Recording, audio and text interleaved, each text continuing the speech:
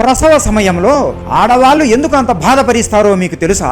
ఒక ఊరిలో ఒక రైతు దగ్గర ఒక ఆవు ఉండేది. ఆ ఆవు ప్రతిరోజు చాలా ఎక్కువ పాలు ఇచ్చేది. ఆ పాలని అమ్ముతూ ఆ రైతు ఎంతో ధనవంతుడు అయిపోతాడు. ఆ రైతు ఎంతో ప్రేమగా ఆ ఆవును చూసుకునేవాడు. కానీ ఒకరోజు ఆ ఆవు పాలు ఇవ్వడం ఆపేసింది. ఆ రైతు ఎంత ప్రయత్నించినా ఆ ఆవు నుండి ఒక్క చుక్క కూడా పాలు రావు. కోపంతో ఆ రైతు ఆవును కొట్టి ప్రతిరోజు హింసించేవాడు. ఒకరోజు ఆవును కొట్టి అతనే విసిగిపోయి ఆ ఆవుని తరిమేస్తాడు. ఆ ఆవు బాధపడుతూ ఏడుస్తూ, భగవంతుడా, నువ్వు ఈ మనుషులకి ఇంత అహంకారము, ఇంత కఠినమైన మనసు ఎందుకు ఇచ్చావు? నేను ఇన్ని రోజులు పాలు ఇచ్చాను అని ప్రేమగా చూసుకున్నాడు. ఇప్పుడు నేను గర్భవతిని అని పాలు ఇవ్వలేకపోయాను. ఆ మాత్రం అతను తెలుసుకోలేక పాలు ఇవ్వట్లేదు అని నన్ను కొట్టి తరిమేశాడు. ఇప్పుడు నేను ఏం చేయాలి అని బాధపడుతూ అడవిలోనే తిరుగుతూ ఉంటుంది. కొన్ని నెలల తర్వాత ఆ ఆవు ఒక దూడకి జన్మనిచ్చింది. ఆ సమయంలోనే అప్పుడే అక్కడికి ఒక యువరాణి వేటకు వచ్చింది. అప్పుడు ఆవు ఆ యువరాణితో,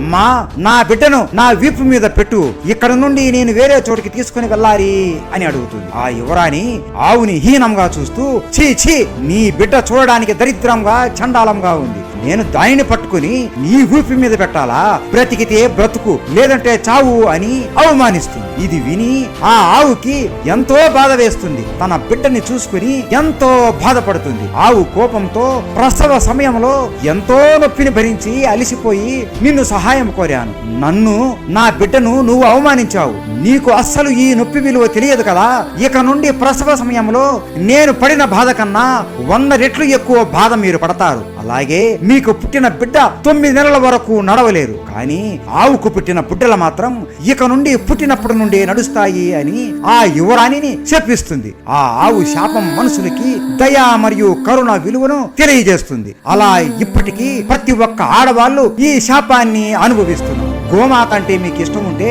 జై గోమాత అని కామెంట్ చేయండి. జై గోమాత.